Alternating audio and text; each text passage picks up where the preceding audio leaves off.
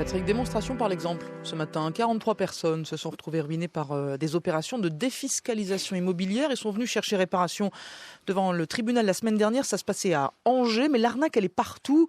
À tous, on avait expliqué qu'ils paieraient moins d'impôts grâce à des défiscalisations donc immobilières. Attention, arnaque, expliquez-nous ça.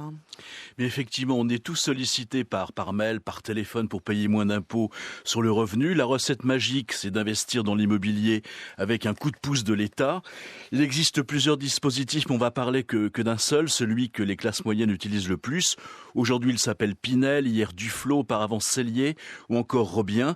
La liste est longue, mais le schéma est toujours le même. Vous achetez un bien immobilier en neuf, vous le louez, vous déduisez de vos impôts le montant d'une partie de votre achat et on vous dit que votre prêt d'acquisition sera financé par la perception de vos loyers. À la fin de l'opération, vous vous retrouvez qu'un patrimoine immobilier qui apparemment ne vous a rien coûté ou presque rien. Et ça, c'est ce qu'on a promis à ces investisseurs. Oui, effectivement, mais ils ont été démarchés avec de tels arguments. Mais ils ont été trompés, donc. Oui, ils ont acheté un bien immobilier à un prix exorbitant par rapport au prix de marché. On leur a promis une rentabilité qui était gonflée dans des villes comme Saint-Gaudens, Auch, Limoges, Castres, villes où il y a eu une surproduction de logements.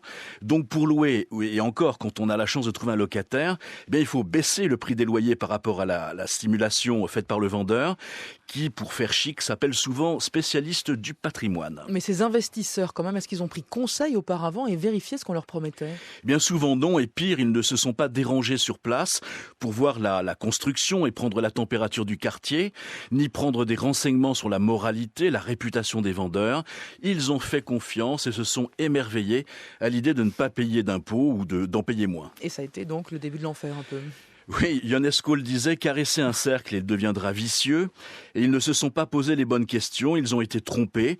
Sans locataire, vous devez rembourser l'économie d'impôts, puis vous vendez avec une décote qui va jusqu'à 60% du bien, et puis vous devez solder votre prêt.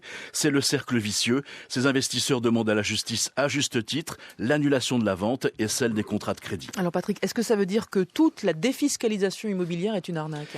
Non, à condition de s'adresser à un commercialisateur qui a bonne réputation, à condition d'investir au prix de marché, à condition de vérifier qu'il existe bel et bien une demande locative solvable, à condition de se rendre sur place pour vérifier que tout ce qui était promis l'est bien, à condition aussi de faire vérifier les projections financières et les calculs de rentabilité. Alors je vous l'accorde, ça fait beaucoup de à condition, effectivement, mais on n'achète pas un bien immobilier et 20 ans de crédit sur un coin de table sans réfléchir. Merci beaucoup Patrick Lelon.